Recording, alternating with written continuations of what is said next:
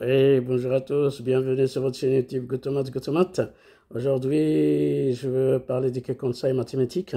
En fait, on va parler de langage mathématique. Voilà, le langage mathématique, c'est des choses préliminaires qu'il faut connaître, que l'apprenant doit connaître, va maîtriser. Voilà, surtout les termes mathématiques. Voilà, donc cette vidéo s'adresse en fait aux enseignants, aux parents responsables, aux étudiants, voilà, surtout aux élèves qui ne sont pas autonomes. Vous savez, comme j'ai dit dans une vidéo, c'est qu'on a deux catégories de personnes, d'apprenants. On a des élèves qui sont autonomes, qui arrivent à gérer leur temps, veulent faire leurs devoirs tout seuls. Et d'autres qui ne sont pas autonomes, qui sont obligés de faire un appel, de faire ta fait tes devoirs, regarde tes devoirs, regarde ta leçon. Ça, ils ne sont pas encore autonomes, mais c'est facile de les rendre autonomes. C'est très, très facile. En tout cas, en mathématiques, moi, je les rends autonomes vite fait, vite fait, vite fait, vite fait. Vous allez voir, les conseils d'aujourd'hui, ça va vraiment, ça s'adresse aux enseignants, aux futurs enseignants, aux étudiants, vous allez voir. Donc, n'hésitez pas à aider votre chaîne YouTube Gotomat pour grandir grâce à vos commentaires, à vos remarques. Voilà, je rentre dans le sujet. Aujourd'hui, c'est le langage mathématique. Voilà. Donc, la première chose, il faut inviter vos apprenants, vos élèves, vos enfants à lire attentivement, activement l'énoncé. La compréhension, ça passe d'abord par la compréhension des textes, que ce soit la leçon, que ce soit une preuve, que ce soit un problème, un exercice. Il faut que l'élève arrive à déchiffrer, à décoder les mots, les termes mathématiques. Parce qu'en fait, pour communiquer, il faut un langage. Et pour les mathématiques, c'est le langage mathématique. Parfois, il y a des expressions, des termes mathématiques qu'il faut connaître. Si on ne connaît pas le terme mathématique, ça va être compliqué. Par exemple, parler à un élève polynôme, il faut qu'il sache que c'est qu'un polynôme. Et pour parler de polynôme, il y a beaucoup de choses avant de parler de polynôme. Il faut parler des constantes, des coefficients, il faut parler d'une puissance. Qu'est-ce que c'est qu'une puissance? Et une puissance qui soit, mais c'est pas n'importe quelle puissance, qui soit une puissance qui n'est pas négative. Parler de polynôme, jeter comme ça dans un énoncé, une définition polynôme comme ça, c'est pas gagné. Hein. En tout cas, parfois, il y a des énoncés, je tombe sur des énoncés, et ils parlent du polynôme. Oui, mais comment l'élève va comprendre le polynôme s'il ne connaît pas une constante, s'il ne connaît pas qu'est-ce que c'est déjà un monôme. Déjà, qu'est-ce que c'est déjà un monôme déjà voilà, c'est... Pourquoi on est passé de polynôme direct? Est-ce qu'on a déjà traité monôme avant d'aller parler du polynôme? Parce que, voilà, comme je vous ai dit, le terme mathématique, c'est pas comme... En fait, les mathématiques, ça reste abstraites, mais on peut les rendre concrètes. D'ailleurs, pourquoi on trouve des grands résultats, que ce soit en économie, en chimie, en physique? Parce qu'on a modélisé, ça passe par modélisation. Voilà, si vous n'allez pas me dire que les mathématiques, quelque chose qui, certes, il est abstraite, mais on peut les rendre concrètes. Surtout au niveau lycée, collège, université, c'est très simple. C'est très simple. Moi, je vous dis, conseil que je vous donne, qu'un élève qui me suit aujourd'hui de la sixième ou même sixième, cinquième, peu importe, seconde, peu importe, il peut se lancer dans l'école d'ingénieur. J'espère avoir quelques-uns qui commencent aujourd'hui avec cette chaîne YouTube qui a commencé cette année-là. Ça fait même pas 2 semaines encore que je l'ai lancé. Franchement, je vous garantis, un élève qui commence avec... C'est une chaîne gratuite d'ailleurs. Hein. Vous n'allez pas me dire, ah oui, oui, oui. Non, c'est une chaîne totalement gratuite pour toucher le maximum. Moi, j'étais enseignant à l'université, au collège, au lycée, et suite à un accident, je ne peux plus exercer. Je peux plus exercer. Donc, je profite, on voit des leçons, des vidéos comme ça à travers cette chaîne YouTube Gotomat. Voilà, donc je continue. Il faut inviter l'élève, votre enfant, à lire activement l'énoncé avant de se lancer de quoi que ce soit. Donc il faut vraiment qu'il déchiffre les termes, qu'il décode les termes de l'énoncé avant de parler d'autres choses. Donc je continue alors. Donc la compréhension des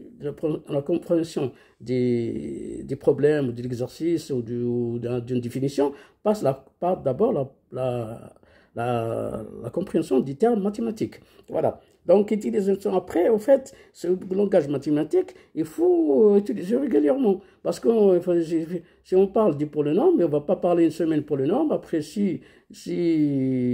il faut que ce soit de reformuler le texte plusieurs fois. Si vous avez un texte qui ne rentre pas dans votre mémoire, bah, il faut le répéter plusieurs fois. Par exemple, voilà, je vous donne un exemple. C'est le produit de deux nombres de même signe, il est toujours positif. Il faut que l'élève arrive à dire cette phrase-là. Le produit de deux nombres de signes, il est toujours positif. Le contraire, ou l'autre sens, le produit de deux nombres de signes différents, il est toujours négatif. Ben oui, moins 2 fois moins 2, c'est plus 4. Plus 2 fois plus 2, c'est plus 4. L'autre sens, plus 2 fois moins 1, c'est moins 2. Moins 2 fois plus 1, c'est moins 2. Parce qu'ils sont de signes différents. Vous voyez, et demandez à vos élèves, à vos apprenants, à vos enfants de citer des phrases comme ça. Le produit de deux nombres de même signe, il est toujours positif. Le produit de deux nombres de signes différents, il est toujours négatif. Je vous jure, il ne va jamais se tromper. Il ne va jamais se tromper sur le produit.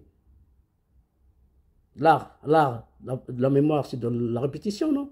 Il faut que ce soit dit. En fait, comme je dis l'exemple de l'épicier des coins, il ne se trompe jamais. Parce que lui qui passe, c'est une chose répétitive. Les articles et tout ça, il connaît le prix. Il suffit juste de rajouter un ou deux produits au reste. Et voilà, il mémorise, il connaît les prix. Chaque fois qu'il rajoute un produit ou deux produits, il le met de sa mémoire. Après, il rajoute l'autre produit, il rajoute l'autre produit. Et même ça, virgule prix vous donne le résultat exact. Parce qu'en fait, c'est une chose répétitive. Lui, il fait que ça. L'épicier dit quoi? Il fait que ça. Il fait quoi?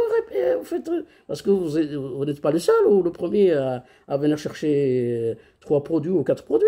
Lui, il fait que ça dans sa vie. Donc c'est pour ça, il vous annonce le total avant que vous arriviez à la caisse. Bon, comme il a fait. C'est un génie, comme il a fait. Non, parce que il a calculé dans sa tête. Il sait comment calculer le produit, la somme, voilà. Je continue. Voilà, c'est vraiment émotionnel. C'est émotionnel. Après, maintenant, j'arrive sur les définitions, mais il ne faut jamais donner une définition comme ça. Définition, il faut avoir une définition claire, avec contextualisation. Voilà, il faut suivre le contexte. Il ne faut pas donner une définition, voilà, abstraite. L'élève, il va pas apprendre, il va pas comprendre. Il risque surtout nos enfants qui ne sont pas autonomes, ça va risquer de ne pas. Donc, il est bénéfique de parler des termes mathématiques, d'expliquer le texte et de donner des exemples concrets. Par exemple, on parle du produit, comme il fait l'épicier. Le produit, si je vous dis, bah, vous n'allez pas, la première fois, vous n'allez pas devant vos élèves, que ce soit en sixième, même en sixième, même au collège, même la primaire aussi, vous n'allez pas venir, je dis, on va parler des produits. Il faut laisser découvrir lui-même le produit. C'est quoi le produit? Bah, je vous donne un exemple. J'ai 3 sacs de 2 billes chacun. Combien j'ai de billes au total? J'ai choisi exprès les 3 et 2, il peut les compter sur ses doigts. Voilà, je dis voilà, et vous posez combien j'ai de sacs, dans chaque sac combien j'ai de billes, et voilà, il va découvrir, je dis voilà, vous dites le premier sac j'ai 2 billes, le deuxième sac j'ai 2 billes, le troisième sac de billes, il va vous dire voilà, 2 plus 2 plus 2 plus 2, bah, ça fait 6. Ah, très bien, bah, c'est 2 plus 2 plus 2, ça fait 6. Bah, maintenant, vous allez lui dire voilà, on écrit 6 de cette façon-là, 3 fois 2, égale à 2 fois 3, égale à 6. Mais l'ordre, on n'a pas de, en fait, on n'est pas obligé de respecter l'ordre pour la multiplication, parce que les commutatifs, comme j'ai dit dans une vidéo avant, bah, la multiplication et l'addition, A fois B égale à B fois A égale à B, et A plus B égale à B plus A. On n'est pas obligé de respecter l'ordre dans l'addition, concernant l'addition et la multiplication. C'est parce que ces deux lois sont commutatives. Par contre, il y a un problème, attention, la soustraction, elle n'est pas commutative. A moins B est différent de B moins A. Voilà, en général, il est plus différent. Sauf si A égale à B. Alors, si A égale à B, c'est pas le cas plus intéressant. Mais le cas le plus intéressant, c'est quand A est différent de B. Il faut regarder, est-ce que B est plus grand que A est plus petit que A. Vous voyez, du moment où je regarde l'ensemble, il faut s'y méfier. Le résultat, c'est pas le même. A moins B, en général, est différent de B moins A. De même, pour la division euclidienne, que vous divisez A sur B, elle est différente de B sur A. Quand vous faites A sur B, il faut regarder combien de B dans A. Et quand vous faites A sur B, il faut regarder combien de B. Quand vous faites B sur A, il faut regarder combien de A dans B. Et donc, du moment où il faut regarder, il faut. Du moment où j'utilise il faut, bah, le résultat, il n'est pas le même. Il est différent. Il est différent, le résultat, oui. A sur B, il est en général différent de B sur A. Voilà. Ça, il dit, je continue. Après, on avait parlé des... Maintenant, en fait, pour l'apprentissage des mathématiques, il faut que les choses passent par la visualisation des choses. Il faut vraiment que ce soit la définition, le théorème, l'explication, qu'il faut que ce soit des choses visuelles. Il faut que l'enfant, l'apprenant, l'élève, il faut qu'il voit les choses. S'il ne voit pas les choses, il ne voit pas la courbe, il ne voit pas le dessin, il ne voit pas sinon des objets comme le cylindre, le carré, comment dirais-je, s'il ne voit pas le cylindre, le carré, et il ne voit pas, par exemple, les jetons, comment il va connaître le volume, l'air et tout ça, le périmètre et tout ça?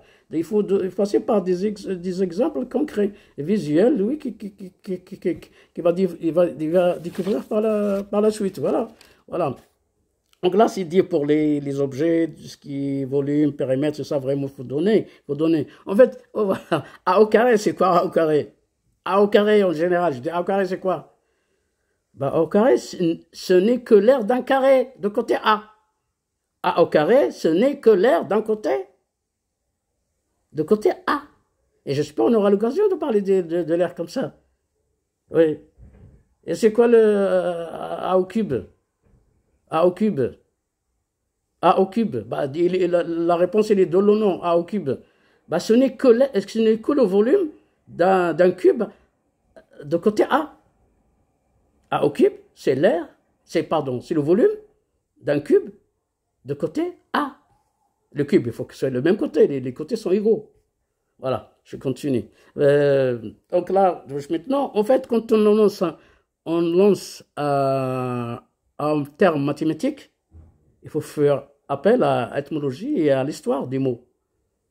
Je ne vais pas parler des diagonales sans donner l'origine de ça vient de diagonale, par exemple. Je sais très bien que le diagonale vient à ma tête.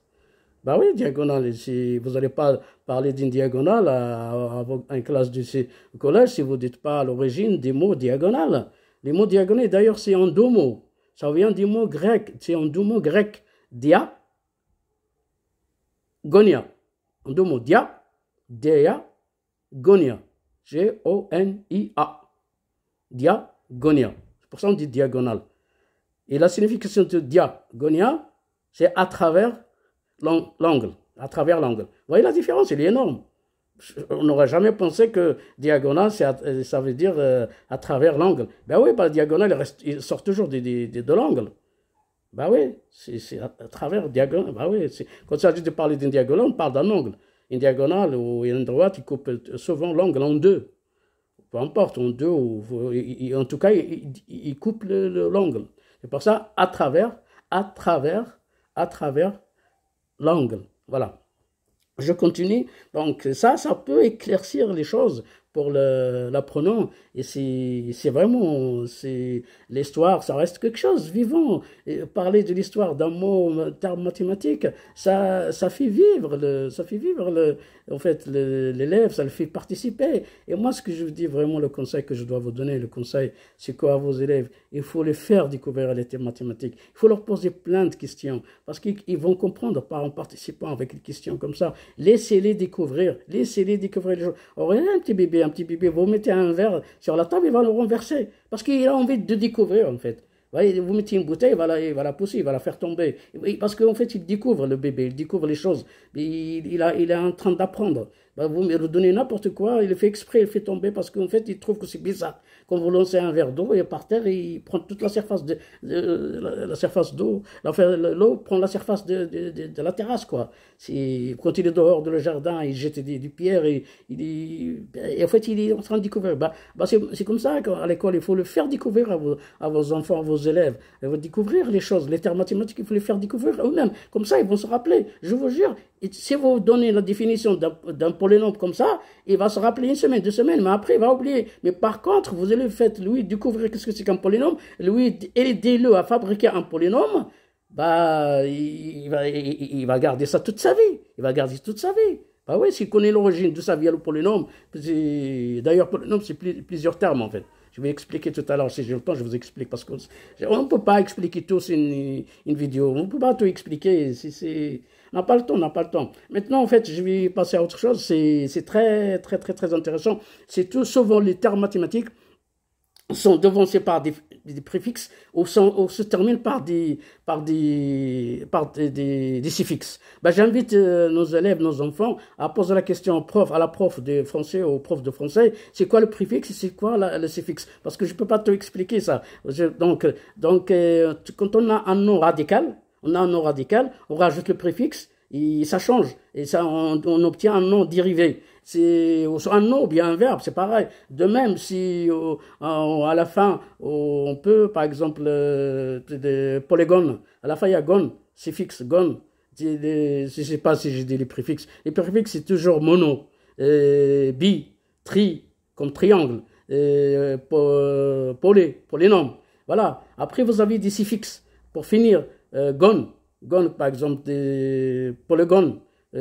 Plusieurs côtés. Vous voyez, c'est des choses comme ça. En fait, un nom radical, j'ai un exemple. Par exemple, faire. Faire, c'est un verbe. C'est un verbe, faire. En français, c'est un verbe. Mais refaire. Alors, RE, c'est le préfixe. Refaire, ça donne un verbe dérivé. Voilà. OK?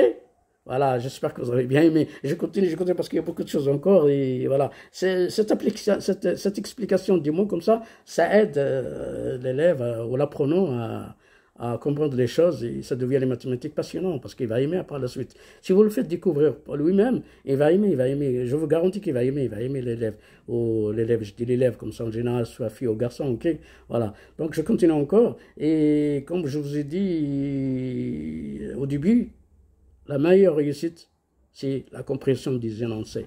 Il faut que vos enfants, vos élèves comprennent l'énoncé. Devant un texte, devant une définition, devant une problématique, devant un exercice, il faut qu'ils arrivent à déchiffrer, à décoder les termes mathématiques. Je vous dis, s'ils arrivent à décoder les termes mathématiques, 90% de réponse est là. Et là, 90% de réponse. Pourquoi ? Parce que les mathématiques, ce n'est pas comme les autres disciplines. Les mathématiques, c'est logique. C'est vrai ou faux. Donc, il faut reformuler la phrase. Il faut vraiment la phrase, le texte, la phrase, le texte. Il y a des hypothèses dedans. Il y a la question pour la conclusion. Il faut qu'elle arrive à faire la différence entre l'hypothèse et la conclusion. Après, il suffit juste de faire une petite démonstration.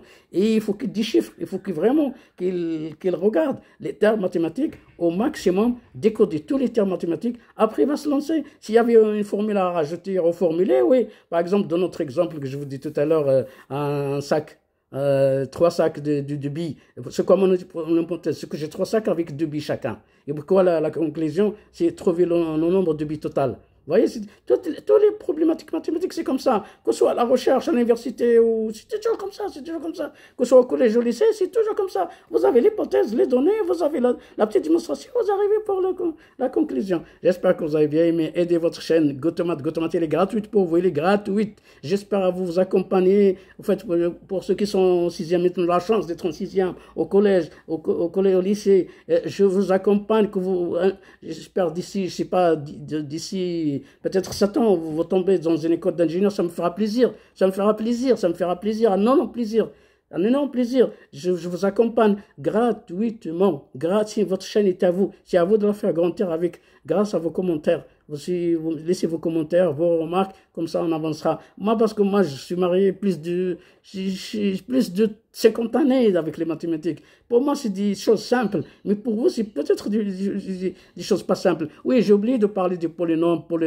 En fait, pour parler de polynôme, Avant, il faut parler d'une constante. Après, il faut parler d'un terme. Après, il faut parler d'une puissance qui soit positive, qui soit pas n'importe quelle puissance. C'est pour ça qu'on construit un polynôme. Un premier polynôme, c'est une constante. Par exemple, f de x égale à 2. Ça, c'est un polynôme. C'est un monôme. Comme il y a un seul terme, dans un monôme, il n'y a pas d'addition, il n'y a pas de multiplication.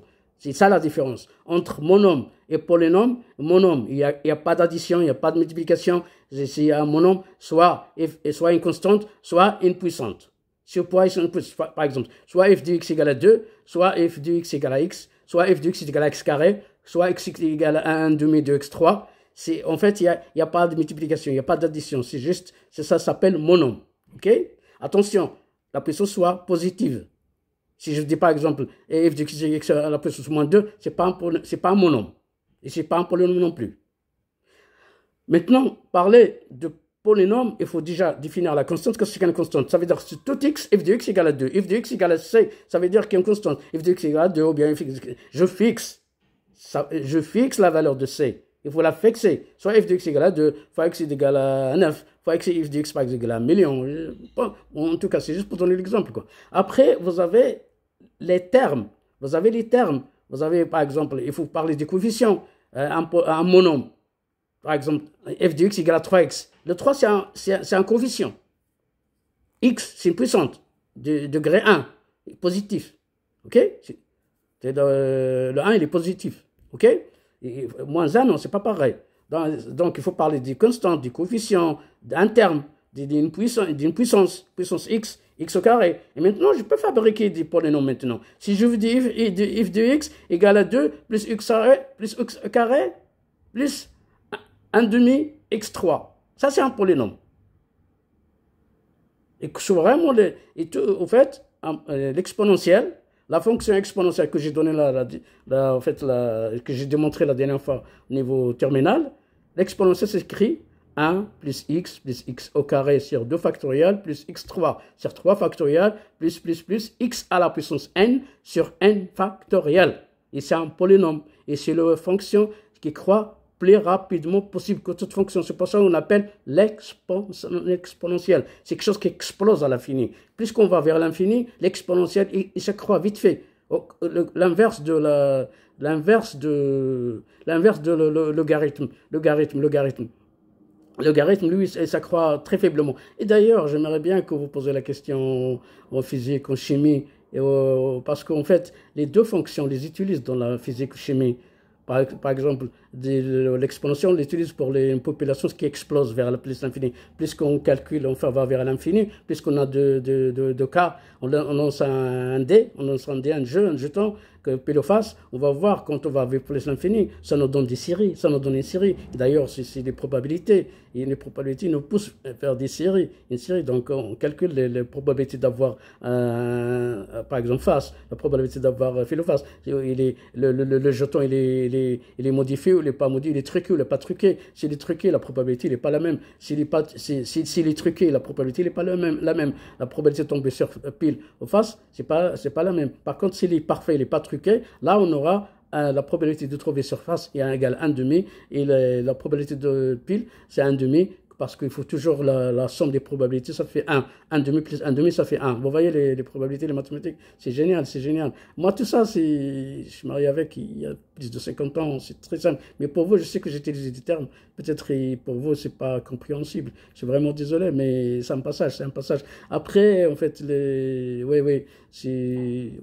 parlais tout à l'heure, je disais, vous demandez à vos profs comment donner un exemple à par exemple une famille qui explose si on utilise la loi exponentielle et il y a un système qui se dégrade, une population qui se dégrade, il va vers la disparition. On dit que la fonction logarithme, parce que le logarithme, puisqu'on va vers l'infini, elle baisse. Et vous savez que le logarithme, il reste en bas de la droite d'équation x égale à y.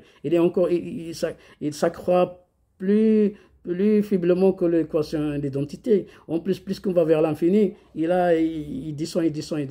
Il est croissante, mais en fait, plus qu'on va vers l'infini, il n'a pas d'asymptote vers l'infini, mais il a une borne supérieure asymptotique. qui est X égale à Y. Merci, j'espère que vous allez bien aimer. À très bientôt. Merci beaucoup, ça fait plaisir, ça fait plaisir. N'hésitez pas de laisser vos commentaires. Je vous dis à très bientôt sur votre chaîne YouTube Gotomat. Il est à vous, il est fait pour vous. C'est à vous de la faire grandir. Merci, au revoir.